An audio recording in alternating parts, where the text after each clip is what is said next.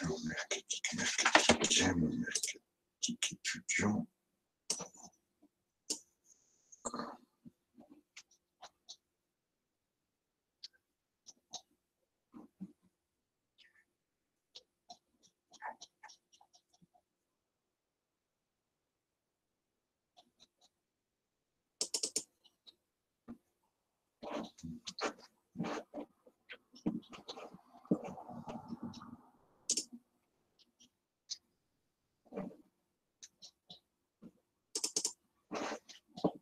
Voilà, j'y suis. Hop, accepté. On fait les exos chez Pierrine. Alors, je ne sais pas comment ça s'appelle. Oui, il y a, oui, voilà, c'est ça. Et puis, il y a un premier que l'on va aborder où on a le prix d'acceptabilité. C'est bon pour vous? Donc, alors c'est sorti sur plusieurs années, hein, la mercatique. Une année, par exemple, on vous a demandé de faire une affiche. Une année, on a demandé de trouver le nom d'un produit. Donc, sur toute la partie purement cours, alors sauf bien sûr s'il y avait des questions, mais sur toute la partie purement cours, je vais vous laisser retravailler votre cours, d'accord, réapprendre les notions principales, ce qu'est une marque distributeur, par exemple, ce qu'est une marque ombrelle, ce qu'est une zone de chalandise, etc. Toutes ces notions, elles sont à voir, elles sont à connaître, bien sûr, elles sont purement de cours. Je ne vais pas revenir dessus, sauf s'il y avait des questions et des explications à donner. Je vais revenir, moi, sur trois choses qui sont donc des principes chiffrés. Un, le prix d'acceptabilité qui avait été posé dans l'annale, dans le sujet de l'année 2002. En 2004, il y avait le calcul d'un chiffre d'affaires prévisionnel en fonction de données relatives à la zone de chalandise, d'accord, chose que l'on verra aussi, et j'aimerais qu'on puisse revenir aussi sur l'élasticité de la demande par un prix. Ce sont les trois éléments, en plus de la détermination d'une marge, hein, mais ça on en avait déjà discuté, ou d'un coefficient multiplicateur, on en avait déjà discuté. Ce sont les trois grandes notions chiffrées de calcul qui sont à connaître. Est-ce que c'est bon pour tout le monde? Est-ce qu'on peut commencer? Est-ce que l'on peut faire sur le jam? Bah oui, je vais mettre, comme le dernier coup, oui, bien sûr, je vais mettre un jam en route. Avant de le mettre en route, je voulais m'assurer que c'était bon pour tout le monde. Alors, je vais remettre le sujet sur le jam, évidemment, hein, mais vous pouvez aussi l'avoir à côté, puisque je l'ai mis dans votre cours en date d'aujourd'hui. Donc voilà, je vais créer un jam. Hop, voilà.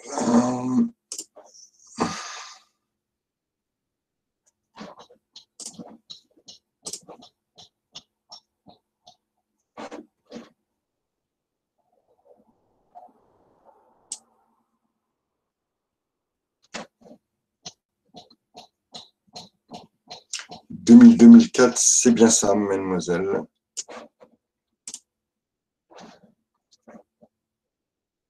Voilà, Laurine. Voilà, je vais partager le jam au niveau de l'écran. Et vous pouvez éventuellement vous y connecter. Je pense que ce ne serait pas une mauvaise chose. Excusez-moi, monsieur, j'ai pas accès au jam. Ça me demande. Enfin, je vous ai fait une demande d'autorisation du coup. Vous m'avez fait une demande d'autorisation. Elle n'est pas encore arrivée. C'est votre adresse mail, c'est quoi? Virginie.molina. Virginie.molina@courshydro.com. Oui, c'est ça. Ok. Merci.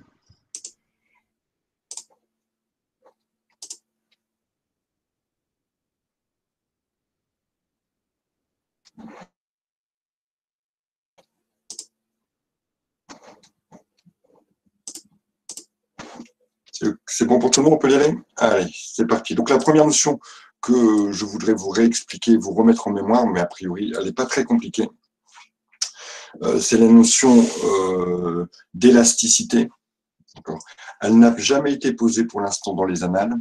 Bon, je préfère quand même passer 10 minutes sur ce petit point et vous le réexpliquer. Quelqu'un peut m'envoyer le lien Jam, je vous le remets, mademoiselle. Hop. Voilà, Françoise. C'est remis, c'est dans le fil de la discussion, hein, dans le chat.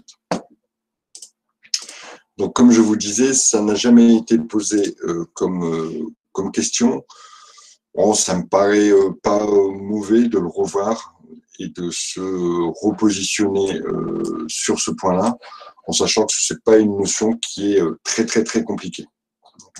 Ici, la notion, elle va nous servir à connaître l'évolution de la demande par rapport à une évolution du prix. C'est ça l'élasticité, d'accord? L'élasticité permet de connaître et de savoir l'évolution de la demande, c'est-à-dire l'évolution de la consommation de mes clients par rapport à une variation du prix. Cette élasticité, elle n'est pas très compliquée à calculer. Il va falloir juste employer cette formule que je vais vous remettre à l'écran et que l'on va utiliser. On va regarder la variation de la demande sur la variation du prix. Normalement, les notions de variation, vous savez comment on les calcule, on en a déjà reparlé, et surtout dans la partie contrôle de gestion, on vous parle de ces notions que je vais remettre notre formule qui est relative à l'élasticité, pardon, au niveau du Jam. Voilà, ça c'est notre formule. D étant la demande et P étant le prix. Alors, le 1 et le 2 signifient la demande à l'arrivée et la demande à l'origine pour le 1. E étant bien sûr notre coefficient et qui est donc qualifié de coefficient d'élasticité. On va voir par rapport à la variation de ce E, comment interpréter la variation de demande par rapport au prix. Très clairement, est-ce que quand le prix augmente, est-ce que les gens vont moins acheter? Ou quand le prix baisse, est-ce que les gens vont plus acheter? Prenons un exemple.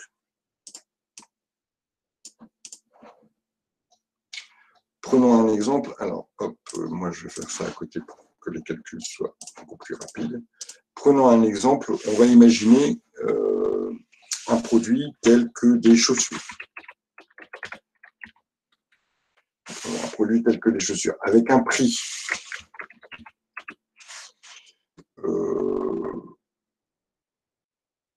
on va dire un prix nous sommes au 23 avril et un prix qui avait un autre prix, hop, voilà, au 31 décembre de l'année dernière.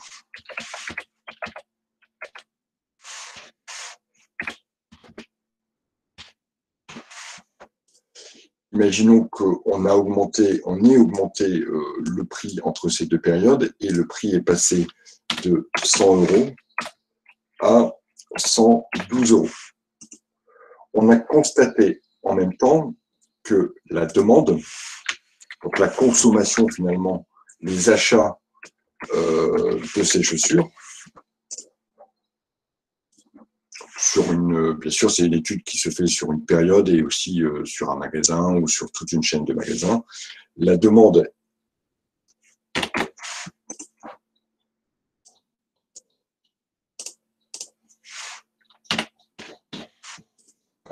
hop, je vous mets les chiffres, tac, tac.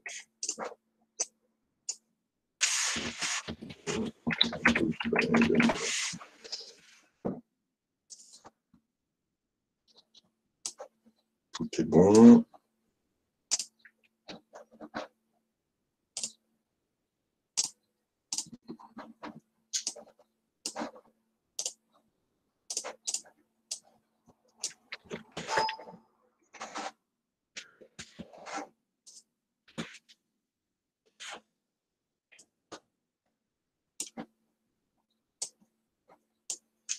Donc voilà les chiffres que nous avons, d'accord, pour ce produit, donc c'est les chaussures.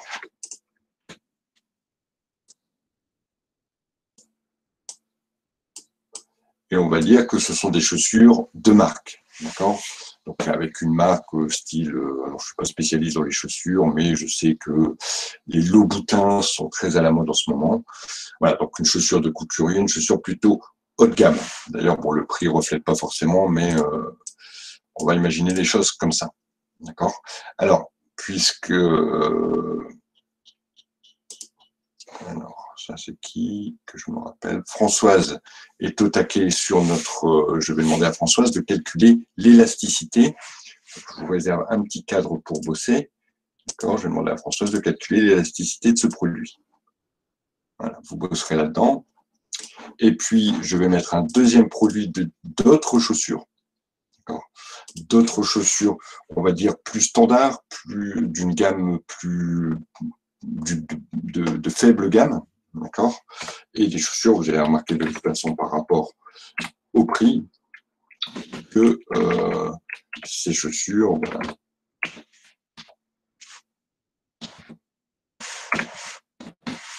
avec d'autres chiffres, évidemment.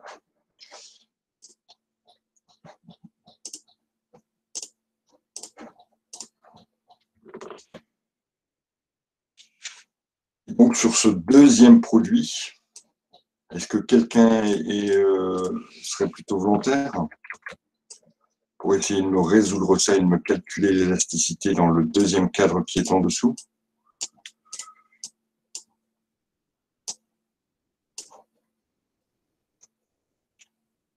Allez Estelle, je vous laisse faire. Alors si vous pouviez me marquer votre calcul, hein, ça serait...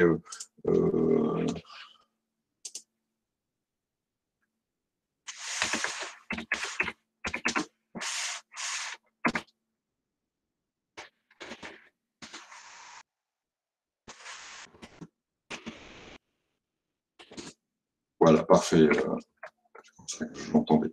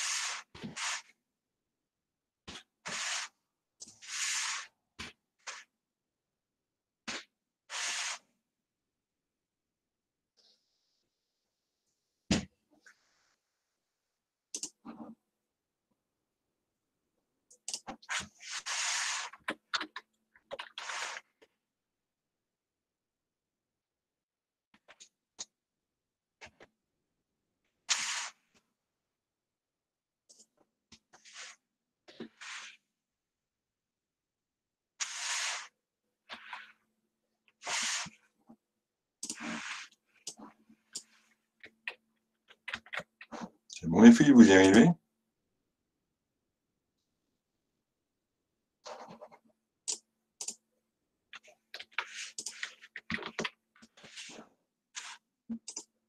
Je compose, je calcule ma calculatrice. Pas calculer, ça me met exit.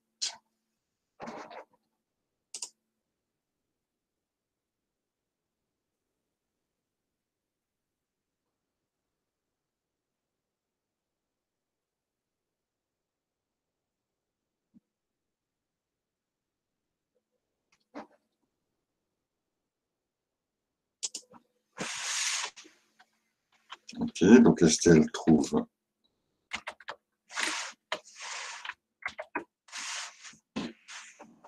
Mais monsieur, j'ai une question. Le moins, c'est pas qu'on le met pas, c'est ça? Enfin, je me rappelle plus ces chapitres. Après.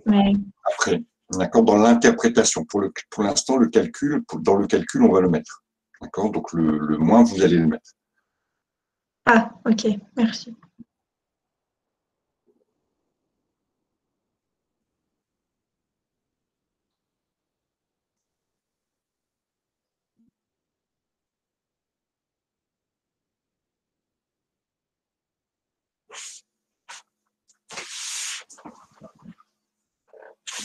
Alors, 175 moins 250 divisé par 250.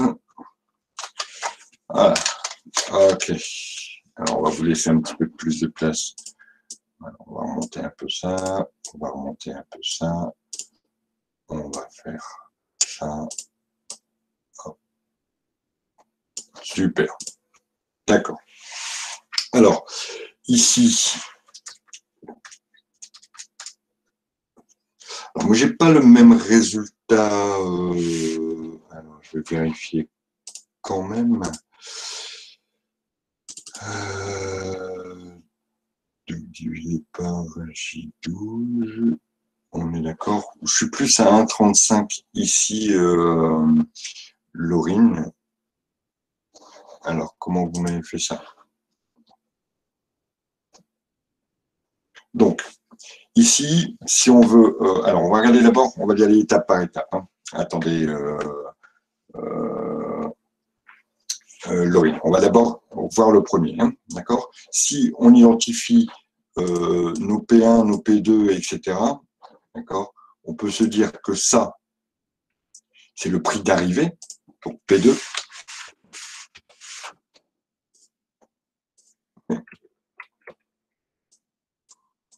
Ça, c'est P2. Ça, c'est P1. Ça, c'est D2.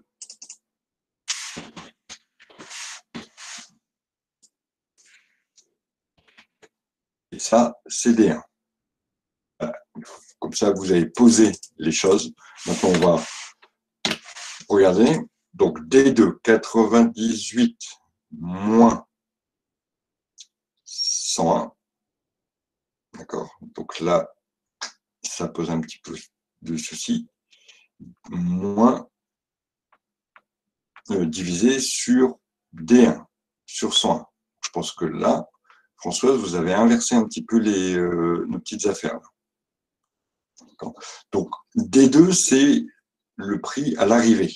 D'accord? Donc, on part d'une augmentation, on part de 101 euros. Je vais peut-être merdouiller ici, c'était 2020. Hein. D'accord? Hop. C'était 2020. Peut-être dans les années, c'est peut-être ce qui vous a faussé. Donc, on part de ça, on arrive à ça. On est parti, ici il faut considérer que c'est le 31-12-2020, hein, au même titre que voilà, le prix ici était au 31-12-2020. Donc, on part de ce prix-là et on a fait cette augmentation.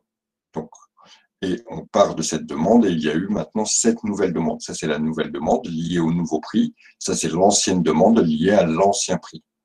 Donc, D2, 98, moins 101, divisé par 101. D'accord? Est-ce qu'on est bon, Françoise? Oui, c'est bon. En fait, j'avais pas pris dans l'autre sens, en fait.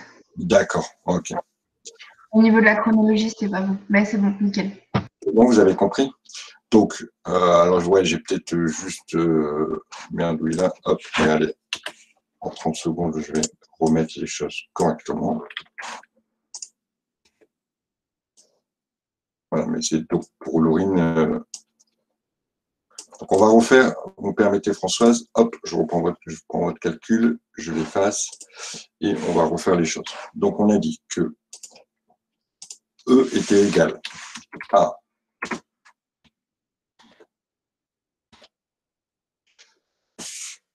la demande à l'arrivée, 98, moins la demande au départ, 101,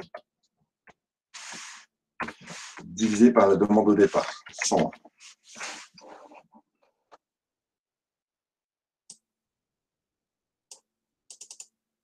Ça, j'ai calculé la variation ici du prix, de la demande, divisé par la variation du prix. La variation du prix, c'est quoi? Le prix à l'arrivée, 112, moins le prix au départ, 100, divisé par le prix au départ, 100. Là, j'aurai la variation prix. Donc, D2 moins D1 divisé par D1 sur P2 moins P1 divisé par P1. Alors, hop, je vais vous donner le résultat. Donc, 112, je mets mes chiffres 100, 98 et 100. Donc, effectivement, on arrive à moins. Donc, E est égal à moins 0,25. On va mettre encore à deux chiffres après les virgules. Ça, c'est une chose. Alors, hop, je vais juste faire ça pour dire qu'il n'y ait pas d'erreur. Qu'est-ce qui me change mes P2 et mes P1 là?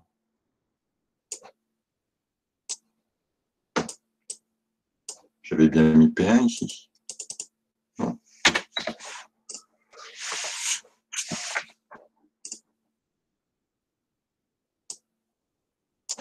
Est-ce qu'il y a des questions? Est-ce qu'on est d'accord là-dessus? Alors, ça marche. Voyons maintenant sur le deuxième. On va réidentifier nos P2, nos P1. Pas de souci. Pas de souci. Ça, c'est bien P1. Pas de souci.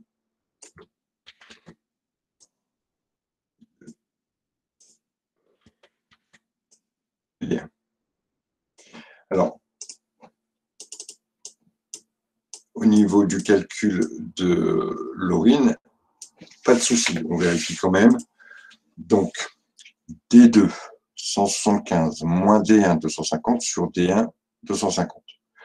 P2, 22 sur moins P1 sur P1. Donc, au niveau du calcul, il n'y a pas de souci. Laurine, c'est simplement au niveau du résultat. Je pense qu'au niveau du résultat, il y avait peut-être à revoir. Alors, je vais remettre moi les bons chiffres, 22, 18, 175 et 150.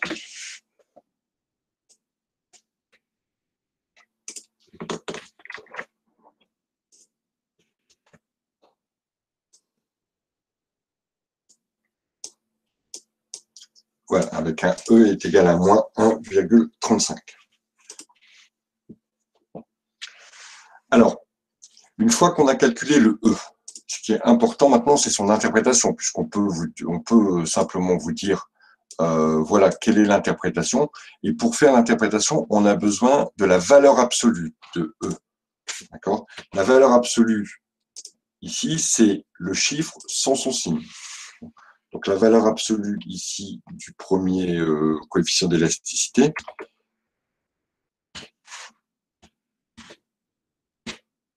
est égal à 0,25 et non pas moins 0,25 puisqu'il n'y a plus de signe.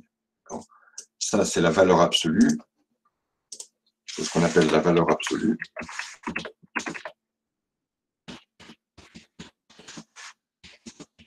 enlève le signe, qu'il soit positif ou négatif.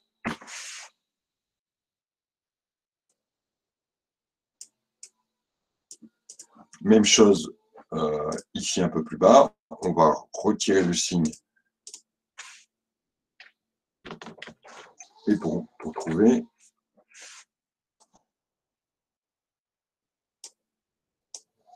un virgule 1,35.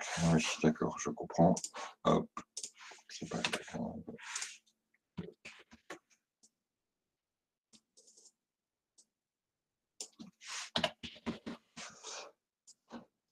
Bien, on voit que dans nos deux cas, on a des valeurs qui sont toujours supérieures à 0. Dans tous les cas, vous aurez toujours des valeurs qui sont supérieures à 0. Ce qu'il va falloir maintenant, dans l'interprétation, c'est de comparer nos chiffres par rapport à 1. C'est-à-dire au niveau de l'interprétation,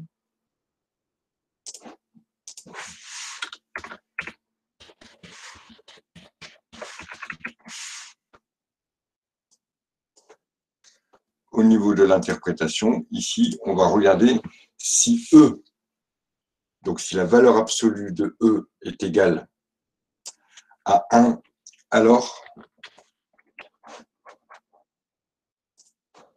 on dit que l'élasticité est parfaite. C'est-à-dire que clairement, vous augmentez de 10%, vous aurez 10% d'augmentation ou de variation. En tout cas, les variations sont identiques.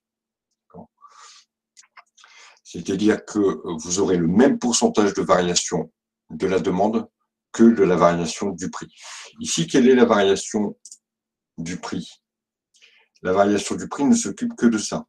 Donc, si on voulait calculer ici la variation du prix, la var prix, on reprendrait exactement la notion 112 moins 100 divisé par 100, d'accord? Et on aurait une variation de 112 moins 100 divisé par 100. La variation est de 12%.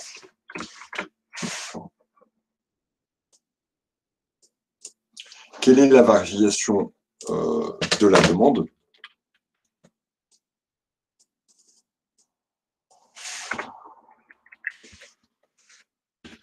La variation de la demande, elle est, et là je vais reprendre la première partie du calcul, c'est-à-dire 98 moins 101 divisé par 101. Alors, 98 moins 101 divisé par 101. Ici, on a une variation de 2,9%.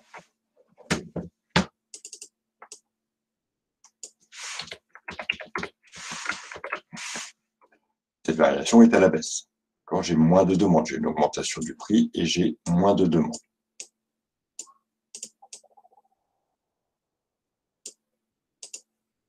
C'est bon, Estelle, a priori, oui, vous avez réussi à faire. Bon, il suffit de le décomposer, hein, votre calcul après. Donc, on voit ici que en valeur, la demande n'a pas varié comme le prix. Si on avait eu une valeur de E et en valeur absolue de 1, on aurait eu une demande qui aurait varié comme le prix, c'est-à-dire de 12%. Et le signe nous montre que ça fonctionne à l'inverse. Donc ici, on n'a pas un produit qui est parfaitement élastique, c'est-à-dire où la demande fonctionne de la même façon, dans les mêmes proportions que le prix. Si la demande, on est dans le cas d'une demande qui est inélastique, d'accord, une variation de prix n'affecte pas beaucoup la demande. C'est ce que l'on voit ici. C'est-à-dire que mon prix a quand même augmenté de 12%, mais malgré tout, les consommateurs ont baissé leurs achats que pour 2,9%. Donc, même si j'augmente le prix, ça a peu d'influence. Le prix a peu d'influence sur l'acte d'achat. C'est ce qui se passe notamment dans des produits de marque et dans des produits de luxe. Que le produit que pour les gens qui achètent des paires de chaussures de luxe, par exemple, que la paire de chaussures augmente un peu, ça ne va pas beaucoup changer leur acte d'achat. Ce qui n'est pas le cas, effectivement, ici pour le deuxième, où on a les produits ici différents, puisque ici on s'était dit, voilà, c'est une paire de chaussures bas de gamme. Là, le prix est important, puisque l'élasticité ici, le coefficient d'élasticité, il est supérieur à 1, donc ça veut dire qu'on a une demande très élastique. Une faible augmentation du prix va avoir un gros impact sur la consommation. Une faible augmentation du prix va avoir un gros impact sur la consommation. Vous augmentez un petit peu le prix, vous perdez beaucoup de clients. Alors que dans notre premier cas, vous augmentez le prix, vous ne perdez pas beaucoup de clients. Et vous avez des exemples ici des différents produits qui sont assimilés quand un coefficient d'élasticité est égal à 1 ou quand il est supérieur à 1 ou encore quand il est inférieur à 1. Voilà le premier thème que je voulais revoir avec vous. Alors encore une fois, comme je vous l'ai dit, il n'est pas tombé. D'accord, il n'est jamais tombé. Bon, est-ce que c'est un signe ou pas? Ça, je n'en sais strictement rien. Y a-t-il des questions sur le calcul qui n'est pas très compliqué ou sur l'interprétation qu'il faut comprendre et qu'il faut connaître? Égal à 1, parfaitement élastique, c'est-à-dire une même proportion de demande, une variation de la demande qui est identique à la variation du prix. Quand c'est inférieur à une faible élasticité, c'est-à-dire que la demande ne réagit pas aux variations du prix. Quand c'est supérieur à 1, une forte élasticité, la demande réagit fortement au prix. La variation du prix et la variation de la demande en pourcentage, ça ne fait pas partie de la réponse ou c'est pour illustrer?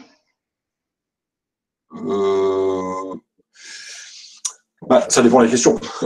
Ça dépend de la question. Si on me demande d'étudier l'élasticité, je m'occupe. Mais de toute façon, ça, finalement, vous l'avez calculé là. D'accord? Et vous l'avez calculé là. Et ça, vous l'avez calculé là. Donc, ça peut venir compléter votre réponse. D'accord? Par exemple, en l'appuyant. Imaginons que je tombe sur le premier cas. D'accord? On me dit, voilà, telle entreprise entend commercialise déjà ce produit-là. Elle a augmenté ses prix entre telle période et telle période. Elle constate une consommation différente et on vous donne les chiffres. Que pouvez-vous dire à travers le coefficient d'élasticité de ce produit? D'accord? Vous faites votre calcul de coefficient d'élasticité, vous aboutissez donc à un résultat de 0,25 pour la valeur absolue E. Vous expliquez que comme c'est une valeur qui est inférieure à 1, c'est un produit ici qui n'est pas élastique, d'accord, qui est très peu élastique, donc que la demande ne réagit pas à la variation du prix. Les chiffres l'en attestent, la variation de demande est de 2,9%, alors que la variation du prix est de 12%. Voilà, vous pouvez venir compléter votre réponse à travers les variations. Mais ça peut être un bon complément. Et d'autant plus que ça ne demande pas un calcul important, puisque ces calculs-là, vous les avez déjà faits ici.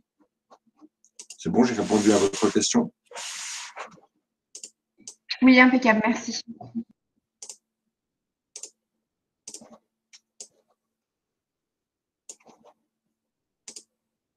Très bien. Alors, on va pouvoir passer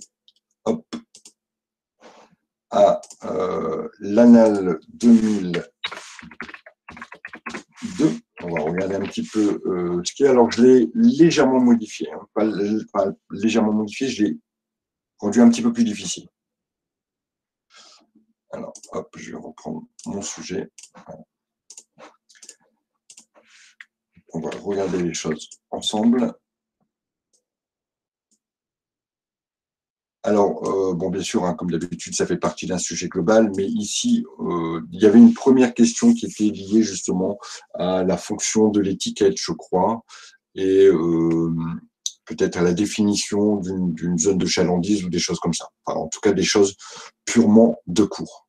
Dans une deuxième question, on vous disait, après la mise en place d'un produit, une préoccupation du dirigeant après la mise en place du produit, une des préoccupations du dirigeant d'équilibre et de nutrition, c'est le nom de la société, concerne la fixation du prix. Donc, on entend bien le prix de vente. Dans cet objectif, l'entreprise a fait réaliser une enquête dont l'extrait vous est communiqué dans le tableau ci-après. Chose que qu'on va voir après.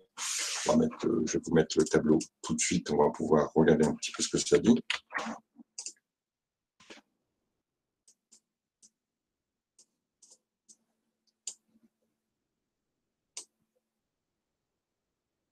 Donc voilà le tableau.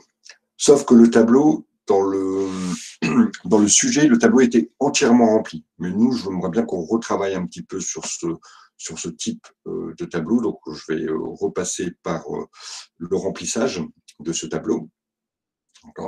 Mais au départ, le tableau est déjà pré-rempli. Et au niveau des questions qui sont posées dans ce sujet,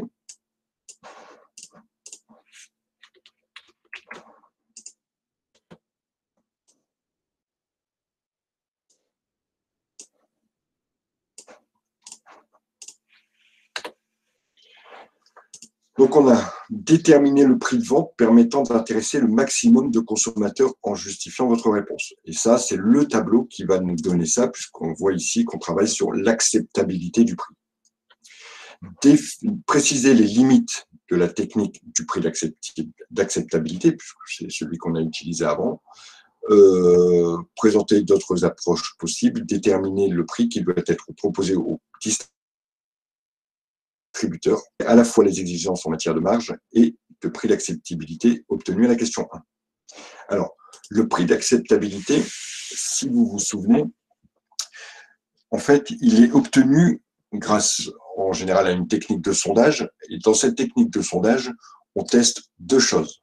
Un, est-ce que le prix n'est pas trop important ou jusqu'à quel prix les gens considèrent que c'est un prix acceptable? Et en fonction du prix qui est proposé, est-ce que ça provoque un doute chez eux quant à la qualité? Donc, les deux réponses aux questions nous sont fournies ici en colonne B et en colonne C. Est-ce que le prix est excessif? Donc, on voit, dans la lecture, il faut toujours commencer par les zéros. Vous vous souvenez, hein, je vous avais dit, attention, il y a un sens de lecture. Le sens de lecture ici pour la réponse quant au prix excessif, il se fait dans ce sens-là. Je vais mettre une petite flèche. Alors, plutôt comme ça.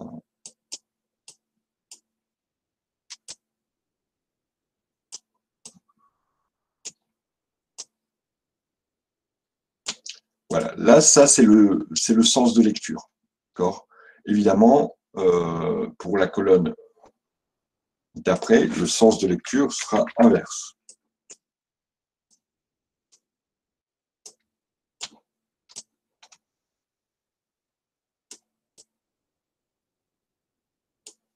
Voilà le sens de lecture pour la colonne C. D'accord ? Donc ici, ça veut dire que personne, parmi les 100 personnes qui ont répondu au questionnaire, personne ne pense que le prix est excessif. On est à un prix à 1,5. À 1,65, personne ne pense que le prix est excessif. À 1,80, il y a 2 personnes sur les 100. Enfin, il y a 2% des personnes, puisqu'on a déjà traduit en pourcentage ici. Il y a 2% des interrogés qui pensent que c'est important, qui pensent que c'est excessif. Ces deux, on les met sur le côté. Et ainsi de suite. À 1,95, il y en a 10 autres. Donc, ce qui veut dire qu'à 1,95, vous avez déjà les deux qui avaient répondu que c'était excessif à 1,80. Obligatoirement, à 1,95, pour eux, ça sera aussi excessif. Et ainsi de suite dans la lecture. Maintenant, concernant le doute, à 2,9 €, personne ne pense que on peut douter de la qualité du produit. Identique jusqu'à 2,4 €. À 2,4 €, il y a 5 personnes qui disent, il y a 5% des personnes qui disent, voilà, on peut commencer à douter du prix, de la qualité. Évidemment, plus le prix va baisser, plus j'aurai un nombre de personnes qui vont douter de la qualité. grâce à ces données, je vais pouvoir établir le prix où il y a le moins de doutes en termes de qualité et où le prix ne paraît pas le plus excessif. C'est ça ici que je vais devoir déterminer. Quel est le prix pour lequel il y a au total le moins de doutes et le moins de réponses sur un prix excessif? Est-ce que ça vous revient en mémoire ces notions et cette technique du prix d'acceptabilité? Donc ici, il va falloir cumuler les réponses au fur et à mesure. Alors, chose que l'on va faire dans un premier temps. La technique, c'est d'abord de cumuler les réponses en respectant l'ordre de lecture des réponses.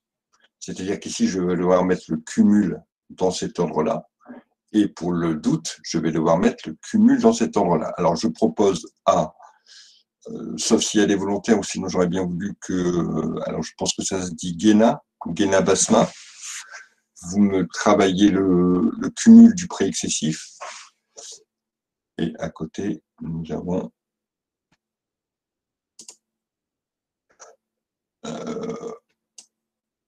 Fanny. Ah non, Fanny est inactif. Alors, Sosan, je ne sais pas si ça se prononce comme ça.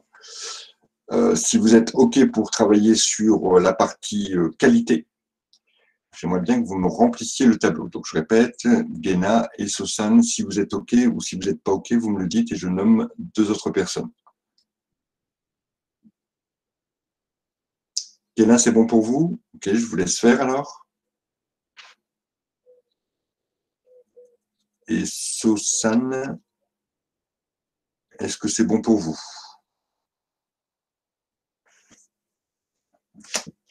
Pas possible pour Sosan. Alors, Virginie, peut-être? Ok, je vous laisse faire donc Virginie et... Excusez-moi, je fais quelle colonne, moi? Je fais la... Virginie, vous faites la qualité et Guéna, vous faites les prix excessifs. Donc, il va falloir Ok. cumuler.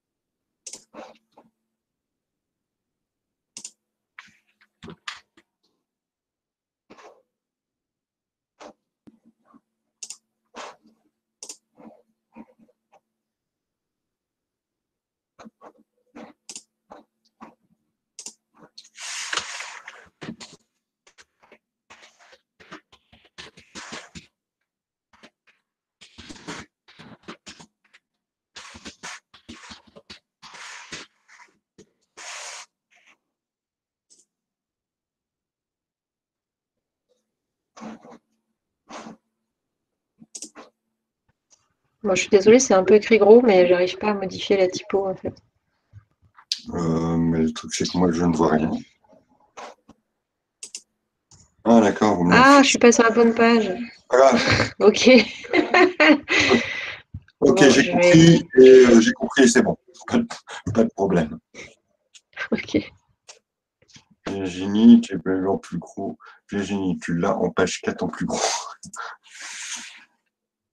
Ok. Et Guéna, vous avez réussi ou pas? Non? Alors, vous n'avez pas réussi parce que vous n'avez pas compris ou parce que vous n'arrivez pas trop? Ok. Alors. Donc ici, effectivement, on va cumuler à chaque fois. Alors, je vais refaire, en sachant que Virginie nous avait fait de façon correcte la partie de cumuler en qualité. Je vais faire celle cumuler en prix. Donc, je vous ai dit, hein, on lit bien. Je fais, si vous voulez. Ah bah, le coup, Sosan, bah, allez-y, moi, je suis pour vos participations. Allez-y, Sosan. Tout à l'heure, vous m'avez dit que vous ne pouviez pas, mais allez-y. Donc, page 4. Hein. Page 4, vous pouvez écrire dans les différentes cases.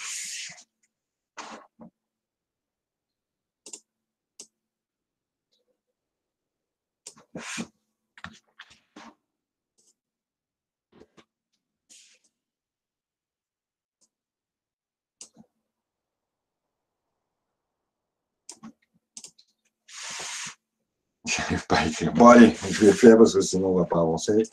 Alors, donc, pour cumuler ici, je vais prendre le premier. Donc, le premier, c'est 0.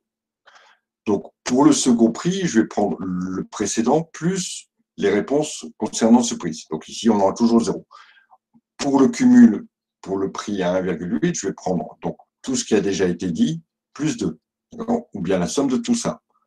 Pour le suivant, je vais prendre la somme de tout ça et je vais arriver à 12. Donc, je vais arriver finalement. Alors, il faut essayer, Guénin. Il ne faut pas avoir peur de se tromper. Même si vous vous trompez, on s'en fiche. Franchement, je préfère que vous essayiez que vous vous plantiez plutôt que, s'il vous plaît, mademoiselle S. Je ne sais pas qui est S. Vous ne touchez pas à mon tableau, s'il vous plaît. Merci. Donc, voilà les résultats que l'on obtient une fois qu'on a fait donc, les cumuls. D'accord. Maintenant, concernant le calcul qui doit être fait ici, comment il est fait? Alors, dans le tableau, on vous a donné la formule. On vous dit, voilà, il faut faire 100 moins D plus E. D plus E, ici, on les a calculés. Finalement, on fait quoi? On part d'une base de 100 réponses et on se dit, quelles sont les réponses qui, finalement, font que les gens ne vont pas acheter? Ici, on a 100% des réponses, on a 100 personnes, puisque c'était sur une base de 100, on a 100 personnes qui n'achètent pas parce qu'ils doutent. Donc finalement, des 100 de départ, il m'en reste plus.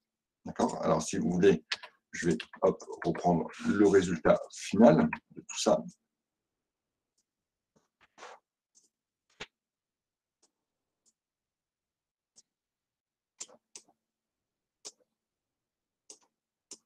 Donc ici, qu'est-ce que ça veut dire? J'ai fait 100 moins ça plus ça. Donc finalement, il n'y a personne qui achèterait parce que tout le monde ici, j'ai perdu tous mes consommateurs potentiels à cause de la qualité. J'aurais pu les gagner là, mais à cause de la qualité, je les ai perdus. Prenons un autre chiffre, celui-ci. Il ne m'en reste plus sur les 100 que j'avais au départ, il ne m'en reste plus que 53 qui achèteraient. Pourquoi? Parce que 45 sont partis à cause de la qualité et 2 sont partis à cause du prix. Suivant. Ici, il ne m'en reste plus, j'en ai un peu plus, 58, parce que j'en gagne grâce à la qualité, mais j'en perds grâce au prix. Et donc, à la lecture des résultats qui sont ici dans la dernière colonne, quel est le résultat où je garde finalement le plus de clients potentiels? C'est le résultat à 2 euros. À 2 euros sur 100 clients, voilà Françoise, à 2 euros sur 100 clients, j'en garde 60. Il y en a 40 qui sont partis, mais au moins, c'est là où il y en a qui sont partis le moins. Il y en a 23 qui sont partis à cause du prix et 17 qui sont partis à cause de la qualité.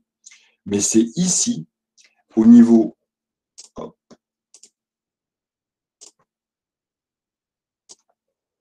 au niveau des 2 € où je perds le moins de clients. Et donc, c'est ce prix qui devra me servir de référence en termes de prix d'acceptabilité.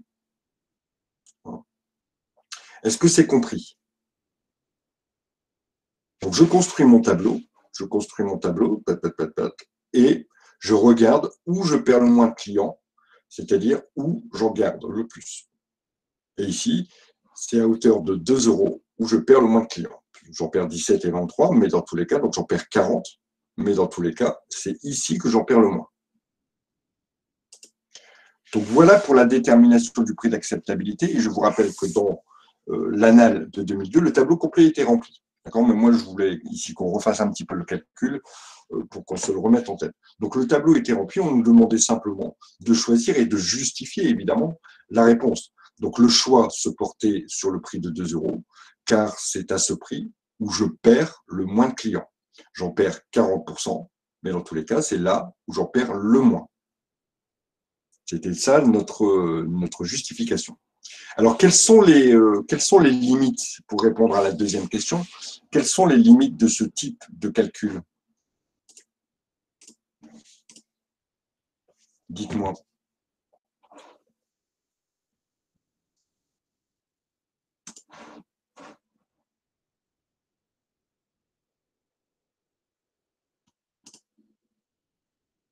Ouais, mais ils ont pas force. Oui, alors plus que le manque d'honnêteté.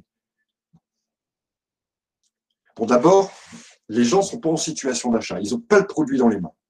Et vous savez que la manipulation d'un produit participe à l'acte d'achat.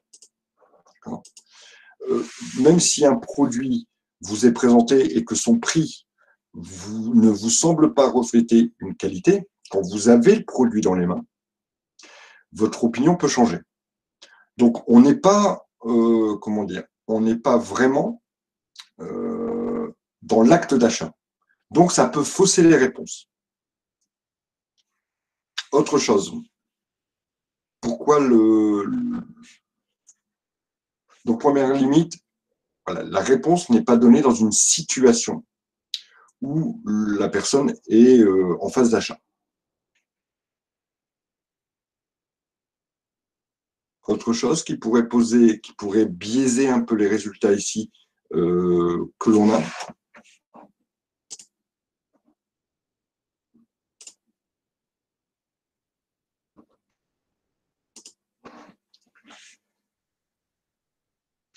Voilà, alors Françoise a peut-être un peu plus visé ce que vous vouliez dire,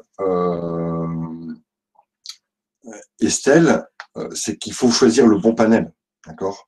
C'est-à-dire que les gens que vous allez interroger, il faut peut-être aussi se dire, voilà, il faut des gens de telle catégorie, de telle catégorie, de telle catégorie et de telle catégorie, pour essayer d'avoir un éventail le plus large possible et le plus représentatif possible de vos clients potentiels. OK, donc on voit déjà 2 limites à cette notion, le fait que voilà, on n'est pas en situation d'achat, on donne une réponse, alors que on n'a pas forcément, on n'est pas en train d'acheter le produit. Ça, c'est la première chose, où on n'est pas face au produit en situation d'achat. Deuxième chose, il faut que le panel, ça dépend du panel, le panel peut ne pas être représentatif ici de ce qu'on a. Alors, pas de notion de base du produit, effectivement. Alors, le produit, il se peut qu'on ne le connaisse pas, si c'est un produit nouveau, notamment, effectivement. Il se peut qu'on ne connaisse pas le produit.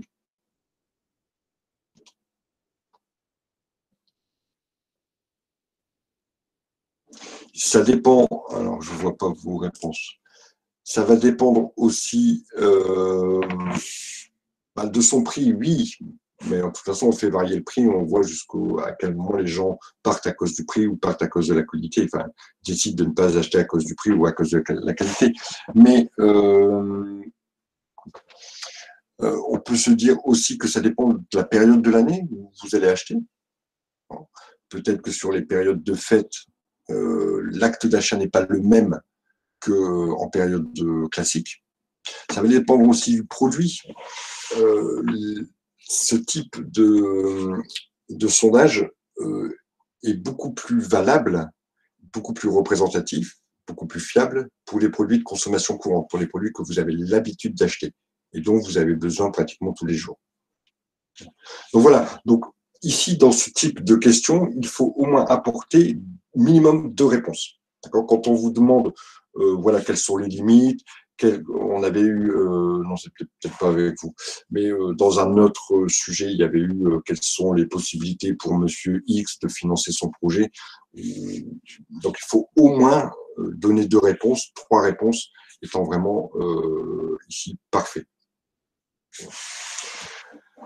Voilà, alors ça termine notre cours d'aujourd'hui. Vous avez les sujets qui seront abordés la semaine prochaine, notamment dans cette annale où on va fixer le prix avec la marge et on répondra aux dernières questions. Et puis on fera aussi sur l'annale 2004 le calcul pour le chiffre d'affaires prévisionnel en fonction de tout ça.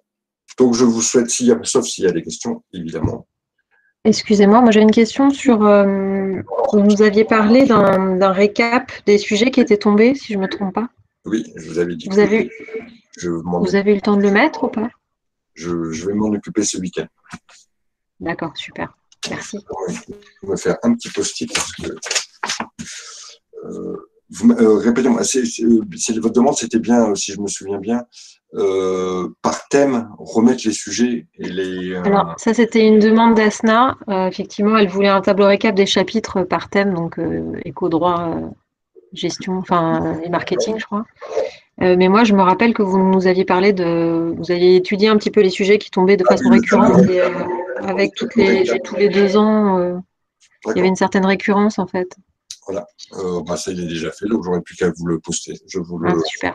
Je vous mets tout ça. Alors, je ferai peut-être un thème spécial, anal, et je vais vous mettre les sujets complets, d'accord? Parce que là, on étudie petit morceau par petit morceau.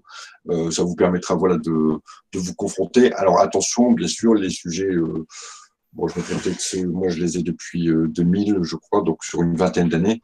Évidemment, dans les sujets des années précédentes, il y a forcément des choses qui ne sont plus à votre programme. Oui. Donc, attention de ne pas dire « Ah, ça, on ne l'a pas vu ». C'est peut-être… bien sûr. D'accord. Très bien, merci beaucoup. Écoutez, je vous souhaite à tous un bon week-end et je vous dis à la semaine prochaine. Ciao tout le monde. Monsieur, pardon. Oui. Désolée. Vous avez peut-être pas vu, je vous ai envoyé vous ai mis un mot. Vous avez des pronostics ou pas? Non, mais je vous ai répondu, c'est à vous que je répondais. Non, je n'ai aucun pronostic. D'accord, ok. Je ne me hasarderai pas, et même si j'en avais, je ne peux pas vous les donner. Je ne peux pas vous les donner parce que, imaginons que vous vous fiez à mes pronostics et que je sois mauvais dans cet exercice-là. Je ne voudrais pas être la cause. Je peux vous dire certains thèmes qui ne tomberont pas parce que j'en suis persuadé. Je pense, parce que les choses sont très récentes. Je pense notamment à l'organisation judiciaire. Vous savez, les différents tribunaux. D'accord. Comme normalement vous avez vu en première année, ça ne peut pas tomber. Ça ne peut pas tomber parce que ça vient juste de changer. Donc, si on vous donne un thème là-dessus, on risque de se planter parce que, je vous dis, les choses sont encore en cours de changement même. Sur des jonctions de tribunaux, je pense au tribunal judiciaire qui reprend les compétences du tribunal d'instance et de grande instance. Oui, par contre, ça, c'est un chapitre qui ne peut pas tomber. Voilà. Bon, écoutez, je vous souhaite un très bon week-end et puis je vous dis à la semaine prochaine. Merci de même.